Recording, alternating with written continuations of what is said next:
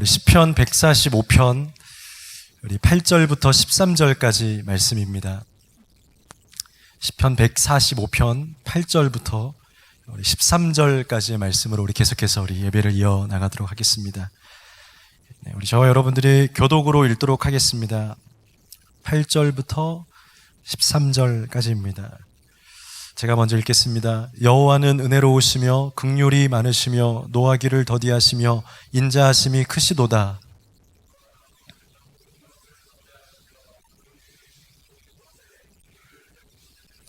여호와여, 주께서 지으신 모든 것들이 주께 감사하며 주의 성도들이 주를 송축하리이다.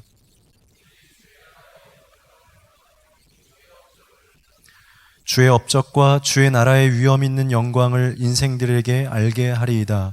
주의 나라는 영원한 나라이니 주의 통치는 대대에 이르리이다. 아멘. 오늘 서종원 목사님 통해서 우리 하나님의 영광, 은혜, 나라라는 제목으로 은혜의 말씀 듣겠습니다. 예, 워낙에 말씀 준비하다가 욕심이 생겨가지고 시편 145편 1절부터 우리 마지막 14절까지 다시 저와 여러분이 교독하려고 했는데요. 시간은 많이 또 지났고 또 우리 염현준 목사님이 또 교독으로 안내를 해주셔서 그건 이제 생략하고 넘어가도록 하겠습니다.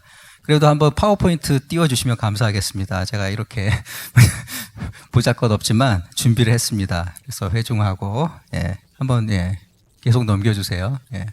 이렇게 여러분, 우리 시편은 특히나 읽을 때 우리가 주일날 교독하는 것처럼 이렇게 교독하고 그렇게 하나님께 드리는 찬양이다 이렇게 생각하면서 말씀을 묵상하면 더 은혜가 될 것 같습니다. 제가 언제 금요 말씀을 전했나 생각해 보니까 지난 고난주간 빼고 나면은 1월 18일 날 했더라고요. 그때는 시편 132편을 본문으로 삼아서 설교를 했었는데요. 오늘의 설교도 그 설교와의 연장선상에서 있다고 이렇게 말씀드릴 수 있겠습니다. 좀 연속되는 부분이 있는데 무엇이 연속되냐 하면 둘 다 시편을 가지고 말씀을 전한다라는 기본적인 사실이 있고요. 또 두 번째로는 아무래도 요즘 시편을 읽는 시편을 연구하시는 분들의 어떤 그 동향이라 그럴까? 요즘은 트렌드란 말을 많이 쓰시는데 그 트렌드는 시편을 한 편 한 편 따로따로 읽기도 하지만 시편 전체를 다 관통하는 하나의 일관된 주제가 있다 이렇게 생각하시고 그 주제에 맞춰서 또 시편 각 편을 연관지어 가면서 그 메시지들을 묵상하고 그럼으로써 우리에게 주시는 하나님의 말씀과 그 뜻을 발견하려고 하는 것입니다. 그래서 지난 벌써 6개월도 더 전이죠. 8개월 전에도 제가 여러분께 제가 읽었던 책 가운데 방정열 목사님 교수님이란 분이 내신 새로운 시편 연구라는 책을 소개해드린 적이 있습니다. 다시 한번 또 소개해드린다면 이 방정열 교수님은 바로 시편 전체를 하나의 책으로 보고 시편 전체에 걸쳐서 각각 1편부터 150편까지, 그러니까 전체 150개의 시편이요. 어떻게 이 전체적인 구조 안에서 배열되어 있는가, 이거를 아주 자세하게 연구를 하셨더라고요. 그러니까 뭐 22편 다음에 23편이 있는 게 어쩌다 보니까 된 게 아니더라고요. 저도 그 책을 읽어보니까. 이래서 이 시편을 묶어서 편집하신 이 분들, 그리고 그 배후에는 하나님과 성령님의 인도하심이 저는 있다고 믿습니다. 그걸 통해서 무슨 말씀을 하고 하시는지 그 전체 내용을 한번 요약해서 다시 한번 이 방정열 교수님의 말씀을 제가 옮겨보도록 하겠습니다. 시편은 150개의 시편을 또 시라고 하시죠. 시줄과 날줄이 되어 치밀하게 조직된 하나의 거대한 이야기이며 그 거대한 이야기를 통해 이제 핵심은 뭡니까? 인간 왕을 의지하지 말고 다윗 그리고 솔로몬 이후 유다의 왕가로 이어지는 하나님 앞에 쓰임받고 우리가 기억하고 있는 아사 왕이라든가 뭐 여호사밧 왕이라든가 요시야 왕도 있지만 거의 뭐 60, 70%는 우상 숭배하고 하나님께로 마음에 합하지 않은 사람들이었습니다. 그러한 인간 왕들은 결국 실패했다는 거죠. 그러한 실패한 인간 왕을 의지하지 말고 신실하신 하나님 왕을, 하나님이 이제 직접 다스리시고 통치하시는 하나님 나라가 다가오고 있다. 그러한 신학적인 메시지를 전달하는 하나의 책이라고 이렇게 하고 있더라고요. 그래서 이분의 말씀을 제가 한마디로 정리하면 시편은 신학책이다. 제가 우리 광교 꿈의 교회에 그 설교 동영상 올라간 걸 봤어요. 근데 최근인지 언제인지 연 목사님께서 시편에 대해서 제목만 봤지만 찬양하시는 방법에 대해 설교하신 게 있더라고요. 제가 이렇게 시편은 신학의 책이다 그러면 시편은 찬양이다라고 여러분 알고 계셨죠? 또 그렇게 해서 목사님들이 설교하시는데 그거에 대해서 반대하자는 그런 뜻이 있는 게 전혀 아닙니다.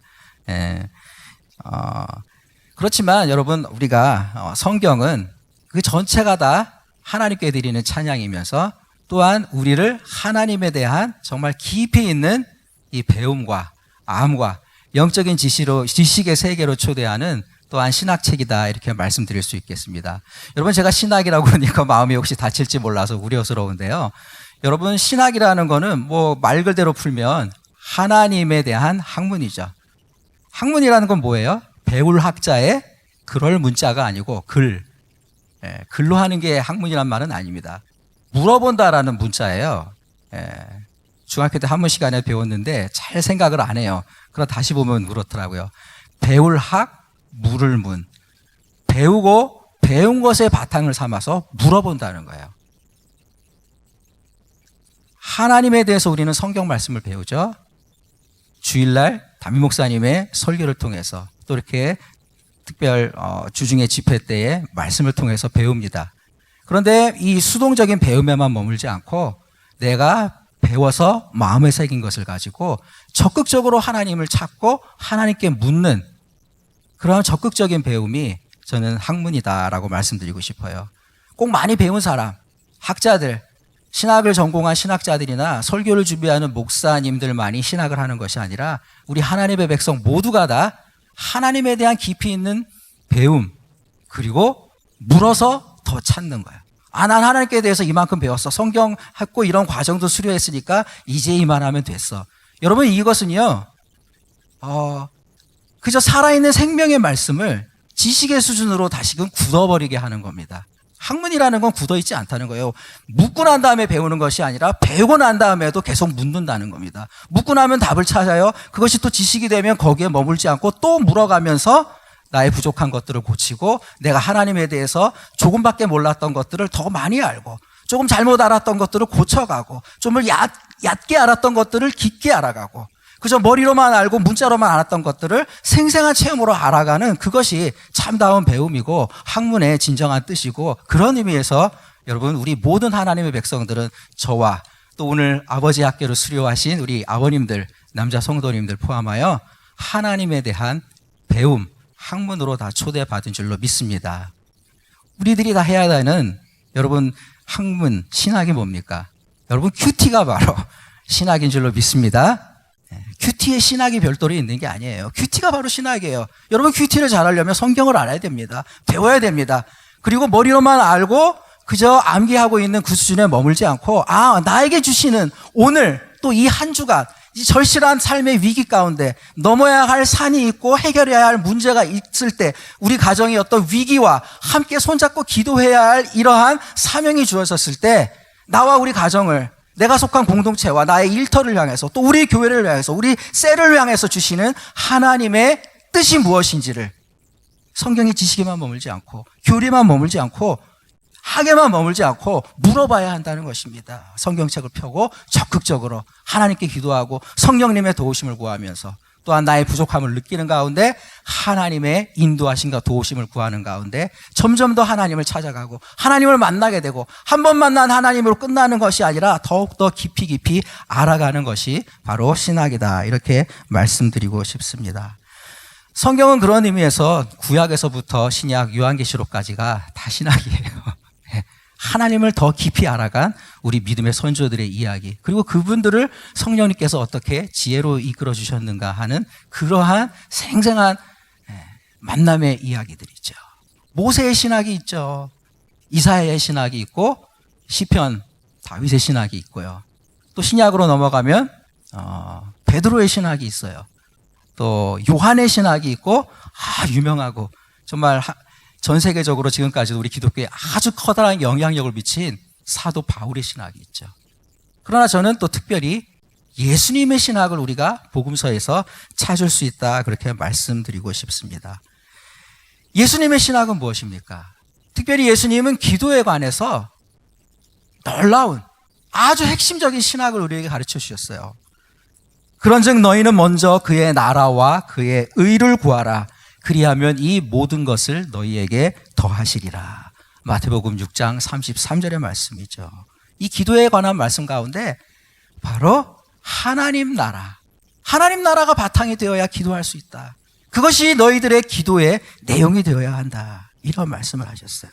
먼저 하나님 나라와 의를 구해라. 기도할 때 먼저 하나님의 통치와 하나님의 다스림이 너의 삶 가운데, 그리고 너가 속해 있는 이 공동체와 이 땅과 지역과 이 사회와 나라 가운데, 아니 하나님 예수 그리스도의 비전 가운데는 모든 인류를 구원하시고자 하시는 그 예수님의 마음 가운데는 인류, 이 세상 가운데 하나님의 직접적인 통치가 임하기를 원하고 소망하셨고, 그것을 이루기 위하여 십자가에 달려 돌아가시고 또 부활 승리하신 줄로 믿습니다.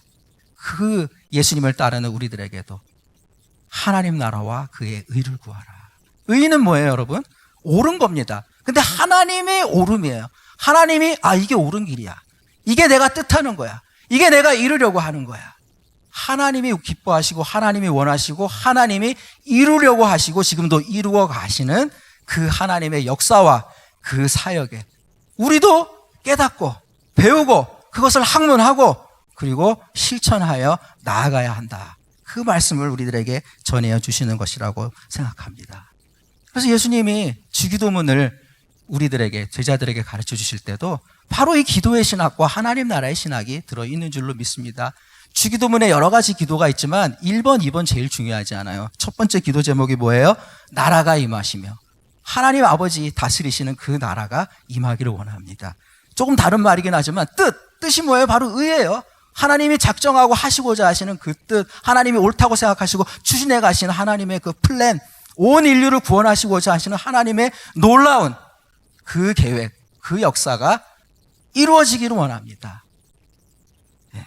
그러기 위해서 저도 하나님이 원하시는 것이 무엇인지를 알고 구하고 찾기를 원하고 그것을 추구하기를 원합니다. 저도 그것에 제가 헌신하고, 여러분 이렇게 아버지 학교에도 하시고, 또 우리가 이번에 가을에 뭐예요? 그 액트 1000이라고 부릅니까? 배 목사님? 그 하나님 나라에 하나님 기뻐하시는 일이고 의를 이루는 일인 줄로 믿습니다. 그것에 관심 가지고 나도 거기에 동참해서 하나님 나라를 확장시키는 일에 나도 쓰임받고 싶습니다. 하나님 저를 그렇게 불러주세요. 이것이 바로 하나님 나라와 그 의를 구하고, 뜻이 하늘에서 이룬 것 같이 땅에서도, 땅에 살고 있는 나, 부족한 나이지만 작은 나의 가정이지만 바로 설 때 하나님께서 귀하게 쓰시는, 정말 보람되고 가치 있고 하나님께 착하다, 충성된 종아 인정받을 수 있는 나와 우리 가정이 될 수 있다. 여러분 우리가 그러한 믿음 가지고 살아가는 줄로 믿습니다. 이런 기도를 중심으로 한 이 하나님 나라의 신학이 창세기에서부터 예수님의 복음서의 말씀을 거쳐가지고 사도 바울과 요한계시록 전체를 관통하는 이 성경의 아주 대주제다, 이렇게 말씀드릴 수 있겠습니다. 그런 면에서 다시 시편으로 돌아가면 시편 1편에서부터 150편까지의 시편 전체가 하는 말도 찬양입니다. 물론 찬양. 그렇지만 이 찬양을 제대로 하기 위해서는 어떻게 해야 되느냐? 하나님의 마음을 알아야 된다는 거예요. 하나님 나라가 무엇인지, 하나님이 가시고자 하시는 그 방향이 하나님 나라를 가리키고 있는데, 그리고 그 하나님 나라를 가리키기 위해서 하나님께서 추진해 가시는 구체적인 일들이 바로 하나님의 의이고 하나님의 뜻이고 하나님의 역사고 하나님의 업적인데, 우리가 그것을 알고 우리가 그것에 함께 해야 한다는 것이죠. 실패한 인간 왕을 바라보지 말아라. 인간을 의지함으로써 하나님의 일을 해보려고 그랬어요. 나의 경험과 나의 지식과 나의 캐리어를 가지고, 나의 재력을 가지고, 나의 인간관계 네트워크를 가지고 어떻게 해보려고 했어요. 세상 일이 아니에요. 하나님 일도 그렇게 하려고 했어요. 이스라엘이 그렇게 하려고 했던 겁니다. 그런데 안 되는 거예요. 실패한 거예요. 왜? 하나님은 순전한 100%의 것을 받으시죠. 아무리 작은 겨자씨라 하더라도 그 믿음은 하나님 앞에서 순수한 것인 줄로 믿습니다. 하나님은 그 순수한 작은 것이라 할지라도 생명력이 있고 순수한 믿음을 하나님께서 보시는데, 우리가 인간적인 생각을 가지고 하나님 일을 하려고 할 때는 하나님께 흠없는 것을 드릴 수 없기 때문에 성공할 수 없는 것이고, 이루어 갈 수 없는 것이었다. 이렇게 말씀드릴 수 있습니다. 인간 왕이 실패했다는 것은 뭐 다윗과 그 후손이 왕들만을 말하는 것이 아니라 거룩한 일을 하면서도 세상적인 생각을 가지고 하는 우리 인간의 헛된 기획이, 우리 인간의 교만함이, 거룩함을 추구하며 하면서도 겉으로만 꾸미고 진정으로 하나님 앞에 서지 못하는 우리의 이 빈무덤과 같은 그러한 영적인 상태를 가리키는 말씀이라고 생각합니다. 실패한 왕, 남이 아니에요. 바로 우리 자신이에요. 구약의 이스라엘이 아니고요. 바로 21세기 한국 교회가 실패할 수도 있다는 겁니다. 여러분, 좀 외람될 수도 있지만 그러한 도전과 안타까움의 말로 받아주시기를 바랍니다. 그러나 그러한 실패했던 그것을 연연하지 말고, 거기에 더 이상 의지하지 말고, 거기에 주저앉아 있지 말고, 오히려 눈을 들어서 이 세상을 창조하시고 구원하시고 약속하신 신실하신 하나님을 의지하고 왕이신 하나님을 붙잡고 하나님께서 이제 직접 통치하시는 그 세계를, 그러한 삶을, 그 역사를 바라보라는 것입니다. 그것을 바라보면서 하나님 인도하심을 믿고 의지하며 따라가라는 것이 시편을 관통하는 커다란 주제라는 것이죠. 그런 면에서는 여러분, 제가 왜 145편을 들고 왔냐면, 이 방정열 교수님 말씀도 그렇지만 그렇게 하나님 나라라는 주제를 가지고 시편 1편부터 쭉 보다 보면 145편이 결론이에요. 그게 마지막이에요. 그럼 아니, 시편은 여러분 145편에서 끝납니까? 몇 편에서 끝나죠? 150편, 146, 7, 8, 9, 10, 5편이 더 있어요. 그리고 이 나머지 뒤에 146에서 150까지는요, 할렐루야로 시작해서 할렐루야로 끝나요. 매 시편이. 146편이 그렇고 7편이 그렇고 8편이고. 그래서 그것을 비슷한 말로 힐렐 시편이라고 그래요. 그것은 하나님을 찬양하라, 찬양하라 라는 그러한 주제가 있어요. 무슨 악기를 가지고 찬양하라, 하나님 어떠하시니 찬양하라. 온통 찬양의 주제입니다. 그런 면에서는 7편이 찬양의 시가 목겨져 있는 찬양의 책인 건 맞아요. 그런데 다시 말씀드리지만 그 안에 우리는 신학을 봐야 한다. 왜? 하나님의 뜻을 봐야 한다. 하나님 나라를 시편에서도 찾아야 한다. 왜? 그러한 하나님의 나라와 하나님의 뜻을 우리가 온전히 붙잡을 때 하나님이 받으시기에 합당한 찬양을 드리는 성도로 거듭나게 될 줄로 믿습니다. 여러분, 찬양은 뭐예요? 곡조가 있는 기도라 그러죠. 그럼 시편은 또 뭐예요? 곡조가 있는 노래니까 그 시편은 사실 기도라는 겁니다. 다시 얘기가 반복되는 것 같지만 기도, 찬양인 시편의 핵심, 우리가 하나님께 제대로 기도하고 하나님이 정말 원하시고 우리의 정욕을 따라 드리는 기도가 아니라 하나님의 이 구원 사역에 동역하는 기도를 드리기 위해서는 시편에서도, 그죠, 내가 기쁘고 즐거워서 드리는 찬양도 참 의미 있고 중요하지만 나의 기쁨과 나의 즐거움 그 이전에 또는 그것을 넘어서서 그것을 충만히 채워서 하나님의 뜻과 그 마음을 알아가고 찾아가는 그 신학, 그 배움, 그 큐티가 있어야 할 줄로 믿습니다. 그것이 있을 때 하나님 원하시는 기도, 하나님이 정말 듣기 원하시는 그러한 찬양을 올려드리는 하나님의 언약 안에 거하는 백성이고 또 충실한 하나님의 성도들이 된다, 이렇게 말씀드리고 싶습니다. 서론이 너무 길었는데요. 그런 면에서는 저는 우리가 시편을 다 읽어볼 때마다 우리가 어떻게 하나님께 제대로 기도할 수 있는지, 어떻게 하나님의 합한 찬양을 부를 수 있는지 지침이 있다고 생각합니다. 이렇게 기도해, 이렇게 찬양해라고 단도직입적으로 가르쳐주지 않지만 하나님을 우리가 이렇게 해서 찬양해야 합니다, 성도들은 이러한 삶을 가져야 합니다 라고 시편의 구구절절이 나와 있는 그 이야기들을 읽고 묵상할 때, 나는 이렇게 고쳐가야겠구나, 나는 이러한 말씀을 가지고 기도하고 나는 이것에 감사하며 하나님께 찬양과 영광을 돌려야겠구나, 그것을 발견하는 것이 바로 시편을 신학으로 읽는 것이고 시편을 통해서 신학을 가지고 하나님께 찬양하는 길이다, 이렇게 말씀드리고 싶어요. 그래서 시편 145편은 우리들을 어떻게 하나님을 찬양하게 하는지, 어떻게 하나님께 기도드리라고 우리를 초대하는지, 권면하는지 그것을 좀 찾아보았습니다. 첫째로 시편 145편은 우리에게 하나님의 위대하심을 인하여 하나님을 찬양하라고 권면합니다. 3절 말씀입니다. 여호와는 위대하시니 크게 찬양할 것이라 그의 위대하심을 측량하지 못하리로다. 다시 말씀드리지만 하나님의 위대하심이란 하나님께서 행하신 그 일을 통해서 우리는 알 수밖에 없습니다. 사실 하나님이 얼마나 위대하신지 우주보다 더 크신 하나님을 우리는 정말 측량할 수도 없고 헤아릴 수 없습니다.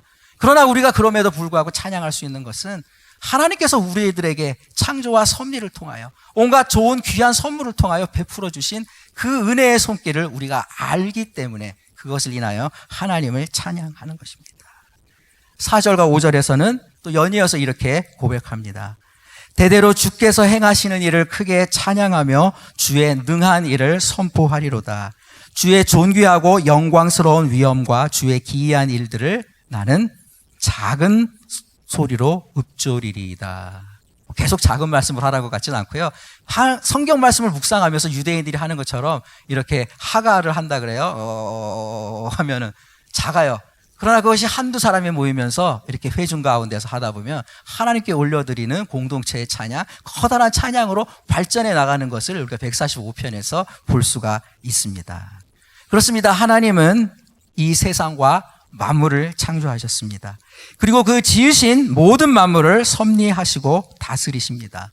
하나님의 위대하심과 하나님의 업적과 하나님의 영광을 인하여 하나님을 찬양하라는 말씀은 바로 하나님께서 이 창조의 사역을 통하여 섭리의 사역을 통하여 우리를 보호하여 주시고 인도하여 주시는 이 업적과 사역을 통하여 우리가 받은 하나님의 은혜를 인정하고 깨닫고 감사하라라는 권면의 말씀인 것입니다. 그래서 그 권면에 응해서 회중들이 이렇게 찬양해요.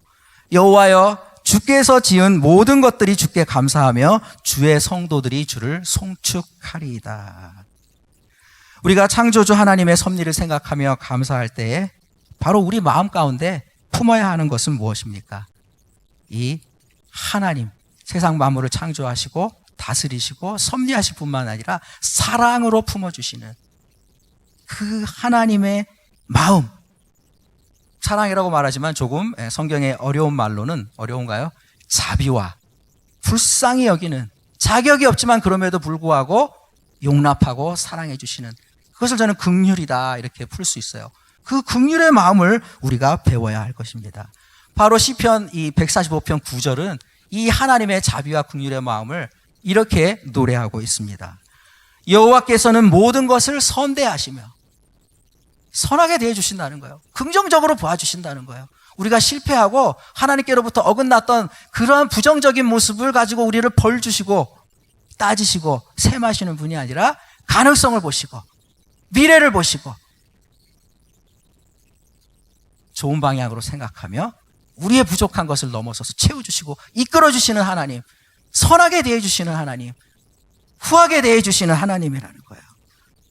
그리고 하나님은 우리뿐만 아니라 이 세상 모든 사람들, 그 지으신 모든 것에 긍휼을 베푸시는도다.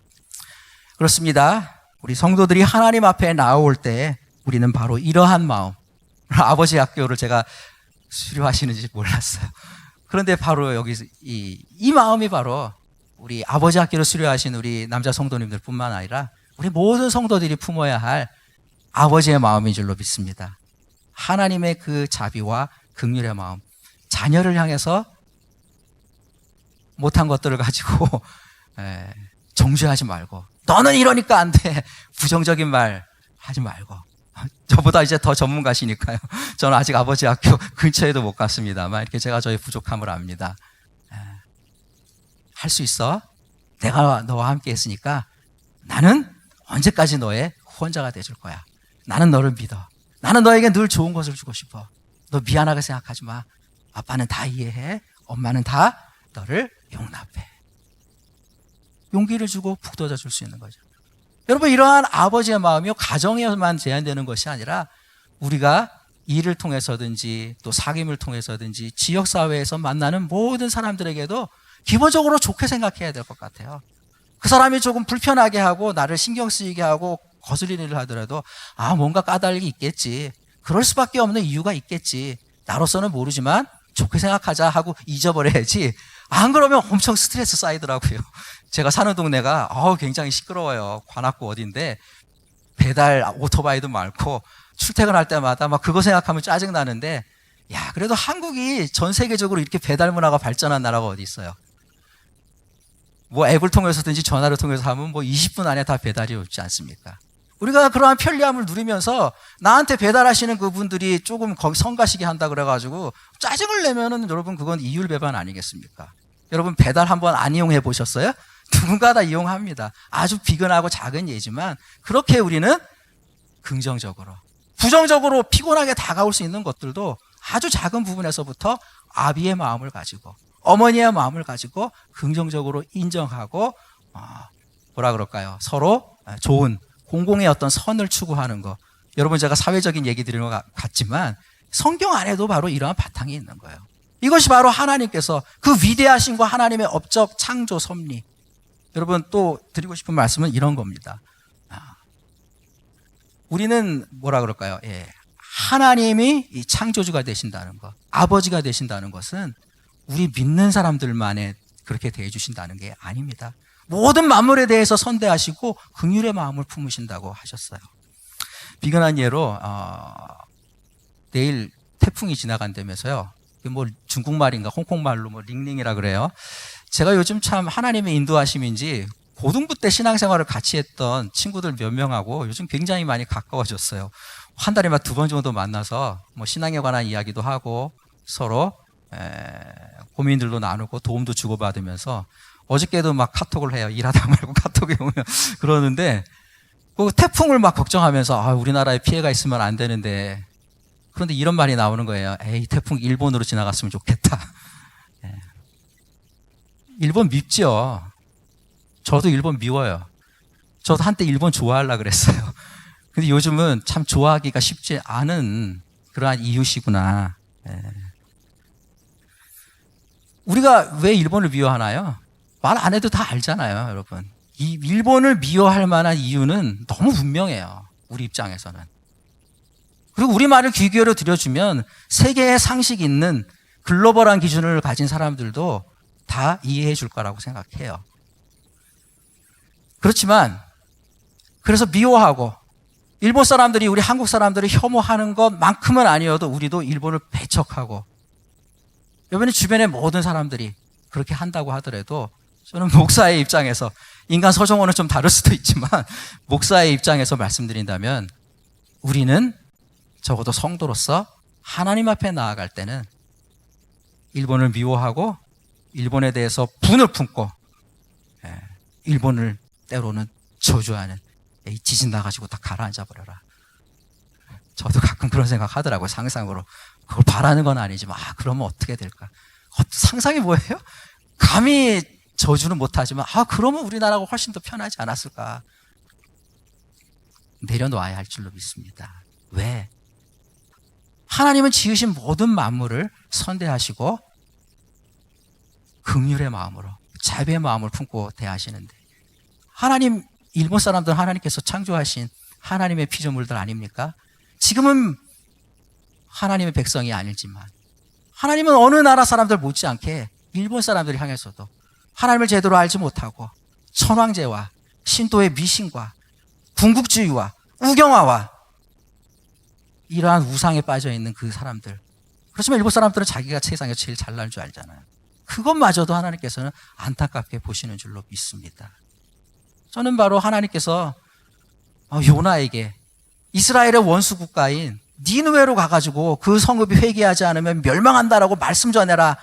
요나가 어땠어요? 우리 한국 사람들이 일본 대하듯이 싫어요, 저 안 갈래요. 정 반대되는 저 반대쪽 다시스를 향해서 도망가려고 하다가 하나님께 붙잡혀와가지고 억지로 가서 말씀을 선포하지 않습니까? 그렇지만 그 니느웨를 향해서도 하나님께서는 그 생명들, 그 사람들, 그 육축들까지라도 아깝게 여기시고 어떻게 해서든지 그들이 돌아와서 죄를 회개하고 살기를 원하셨던 것이죠. 우리가 일본을 향하여 분노와 미움의 감정이 쌓여간다 하더라도, 그것이 또 어쩔 수 없는 일이라고 하더라도, 우리 믿는 성도들은 하나님 앞에, 특히 하나님 앞에 기도하는 마음으로 이번 금요일 이 시간에 나왔을 경우에는 특별히 니느웨를 향한 아버지 하나님의 마음처럼 우리도 일본을 향해서 정말 그럴 수 있을까요? 정말 그러기를 원합니다. 불쌍히 여기는 긍휼의 마음을 품고 기도하기를 원합니다. 일본을 저주하고 일본이 망하기를 바라는 것이 아니라 하나님께서 그 일본 그 백성을 긍휼히 여겨주시고 우상 숭배에서 건져주시기를 위하여 기도해야 할 것입니다. 무엇보다도 우리의 이 가까운 이웃이 역사의 주관자이신 하나님의 섭리를 깨닫게 되기를 원하고요.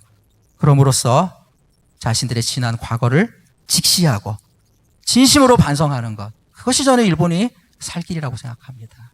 일본이 원하는 것도 평화 아닙니까? 일본은 화라는 말 그렇게 좋아하잖아요. 자기네들끼리 화라서 문제죠. 세계와 화하는 것이 아니라 자기네들끼리만의 그 화가 하나님의 뜻을 깨달아서 섭리하시고 주관하시는 하나님을 발견함으로써 온 세계, 특별히 우리 이웃과 동아시아와 모든 나라 세계와 함께 평화로 나아가는 그러한 길로 일본도 걸어가기를 원합니다. 둘째로 145편 시편은 우리 성도들에게 하나님의 은혜를 기억하고 주의 의를 노래하라고 권면합니다. 7절과 8절의 말씀입니다. 그들이 주의 크신 은혜를 기념하여 말하며 주의 의를 노래하리이다. 여호와는 은혜로우시며 긍휼이 많으시며 노하기를 더디하시며 인자하심이 크시도다. 앞에서 하나님의 위대하심을 노래하라는 것이 주로 하나님의 창조와 섭리, 따라서 모든 하나님을 모르는 사람들까지도 포함한 만물들까지 포함한 하나님의 정말 폭넓은 그러한 커다란 뭐라 그럴까요? 그 섭리였다면 여기서 말하는 하나님의 은혜를 기억하라는 것은 다름이 아니라 하나님께 구원받은 백성으로서 구원의 은혜를 기억하고 감사하라는 말씀인 줄로 믿습니다. 특히 이 뒤에 읽은 8절 있잖아요. 여호와는 은혜로우시며 긍휼이 많으시며 노하기를 더디하시며 인자하심이 크시도다. 이 말씀이 성경에서 몇 번 나오는데요. 제일 먼저 나오는 데가 어디냐면 출애굽기예요. 모세가 시내산에 올라가서 40일 동안 하나님과 얼굴을 대면하고 있을 때 하나님의 얼굴을 보여주세요. 너는 사람이라서 하나님의 얼굴 보면 죽어. 내가 지나갈 테니까 바위에 하나님께서 모세를 숨겨주시죠. 그럴 때 하나님께서 바람과 광풍 가운데 하나님의 임재가 지나갈 때 선포가 일어납니다. 아마 하나님 주변에 저는 스랍천사, 거룩천사들의 목소리로 선포한 말씀이 아닐까 생각합니다. 바로 하나님의 성품 어떤 분이시냐? 하나님 여호와는 은혜로우시다. 긍휼이 많으시다. 노하기를 더디하신다. 우리가 잘못해도 금방 분을 품지 않으시고 우리가 잘못해도 갚지 않으시고 인자와 자비를 가지고 용서해 주시는 하나님입니다. 이 구원의 하나님, 은혜의 하나님을 출애굽, 이스라엘은 바로 출애굽을 통해서 구원의 역사를 체험하고 난 다음에 하나님이 바로 은혜의 하나님이라는 것을 몸으로 경험할 수 있었던 것입니다. 그리고 이 시편 145편이 또 다르게 생각할 수도 있지만 저는 이렇게 일단 생각합니다. 다윗이 쓴 것 같지는 않고요. 다윗을 묵상하면서 이 시편을 묶어서 전체를 모아서 편집을 하셨던 어떤 이름 모를 여러 명의 서기관들이 공동으로 성령의 인도하신 가운데 창작한 것이 145편이에요. 근데 어느 때냐? 바로 바벨론의 포로로 끌려갔다가 70년이 지나고 유다 예루살렘으로 귀환한 거죠. 여러분, 바벨론의 포로 갔다가 다시 귀환한 것은 제2의 출애굽입니다. 과거 성경에 나오는, 율법에 나오는 옛날 하나님의 구원의 이야기만 들었었는데 자신들이 바벨론으로부터 돌아오고 광야 사막이 변하여서 큰 길이 열리고 그곳에 꽃이 피고 정말 가시나무가 변하여서 석류가 내는 정말 그렇게 비유할 만한 놀라운 변화를 체험하고 난 다음에 이스라엘은 구원의 하나님 내가 몸으로 체휼했습니다. 그래서 이 말씀이 다시 나오는 거예요. 모세가 만났던 출애굽의 하나님, 그 옛날 이스라엘 조상들이 만났던 구원의 하나님을 보면서 그 하나님의 성품을 다시 노래하는 것이죠. 따라서 시편이 묶여지고 쓰여졌던 이 시대에 하나님은 은혜로우시고 인자하시고 긍휼이 많으시고 노하기 더디하시고 그 이후에 이 포로기 후기 시대에 이 말씀을 이스라엘 사람들은 묵상하고 기억하면서 하나님의 구원을 기억하고 하나님의 은혜를 찬양했던 것입니다. 성도 여러분, 저는 이렇게 우리가 하나님의 구원의 은혜를 기억하며 감사해야 할 줄로 믿습니다. 그런데 이 하나님의 구원에 대한 그 은혜를 기억하고 감사하는 것은 아주 특별한 하나의 초점이 있어야 돼요. 뭐라고 말씀드리냐면 바로 이렇게 하나님 저희를 구원해 주셔서 감사합니다. 저에게 구원의 은혜를 베풀어 주셔서 감사합니다. 제가 하나님의 구원의 역사를 체험하게 하시고 하나님의 백성으로 살게 해주시니 감사합니다 라고 기도할 때 하나님의 백성 나오잖아요. 바로 교회입니다. 여러분 구원의 은혜를 기억하며 감사하며 예수님의 십자가 사랑을 우리가 기억할 때 여러분 교회를 향한 기도도 꼭 빼지 말고 넣어줘야겠다, 그러한 말씀을 드리고 싶어요. 우리가 하나님의 은혜를 구원의 은혜를 기억하고 감사하는 것은 우리들 신자 개개인이 마땅히 해야 할 일이지만 그 1차적인 책임은 우리가 이렇게 예배하는 공동체로 모여서 하나님을 공적으로 찬양하고 높여드릴 때에 특별히 부과되는 하나님의 특별히 공동체를 통해서 예배받기 원하시는 그 주제인 줄로 믿습니다. 교회가 하나님의 구원을 기억하고 그것을 전파하고 그것을 확장시키고 전도하고 하나님 나라를 이 땅 가운데 이룩해야 할 그러한 중요한 사명이 있는 이 땅에서 하나님을 구원의 사역을 어떤 면에서는 대리하는 그러한 주체다, 이렇게 말씀드릴 수 있겠습니다. 여러분 교회가 있어야지만 하나님을 공적으로 예배할 수 있어요. 하나님은 숨어서 골방에서 기도도 받으시지만 하나님의 구원을 이 땅 가운데 펼쳐시키기 위해서는 교회가 있어야 되는 겁니다. 크고 잘 지은 교회 건물도 필요합니다. 여러분 아무리 세상 사람들이 왜 교회가 건물을 크게 짓냐고 손가락질을 하더라도 여러분 그것은 세상적인 기준으로 판단하는 거예요. 반드시 큰 교회만이 좋다는 말씀은 아닙니다. 중요한 것은 공적으로 이 땅 가운데 하나님의 말씀과 구원의 진리가 선포돼야 되고 그 책임은 또한 교회와 그 교회를 통하여 예배를 드리는 우리들에게 있다는 것입니다. 교회가 있어야지만 구원의 복음을 힘있게 선포할 수 있습니다. 교회가 있어야지만 여러분 영혼들을 구원할 수 있습니다. 여러분 개인적으로 전도해가지고 교회가 없다면 어떡하실 거예요? 물론 박해 안에서도 하나님의 성령이 놀라운 역사를 통해서 전도가 일어나고 새 생명들이 거듭나는 역사와 그 간증들이 있습니다. 그러나 비록 작은 사람들이라 하더라도 세 사람이 모인 것도 반드시 여러분 교회인 줄로 믿습니다. 교회가 있어야지만 이 땅을 우리가 떠난 후에도 여러분 교회는 끊임없이 주님 재림하실 때까지 이어져야 할 것입니다. 하나님을 향한 찬양이 이 땅 가운데서 또 영원히 지속되어야 할 것입니다. 사랑하는 성도 여러분, 여러분의 가정과 자녀가 잘 되고 복받기를 원하십니까? 여러분의 가문이 번성하고 흥왕하기를 원하십니까? 그 답은 먼저 그 나라와 그 의를 위하여 기도하십시오. 하나님의 의를 위한 기도는 바로 교회를 위한 기도가 되는 줄로 믿습니다. 왜? 교회만이 적어도 지금 이 시대, 이 순간에 하나님의 의를 이루어가는 공적인 기관이기 때문에 그렇습니다. 하나님은 이 땅 가운데 하나님의 교회가 흥왕하는 것을 보기를 기뻐하십니다. 그래서 교회를 통하여 하나님의 이름이 선포되고 그 구원의 능력이 전파되는 것을 기뻐하십니다.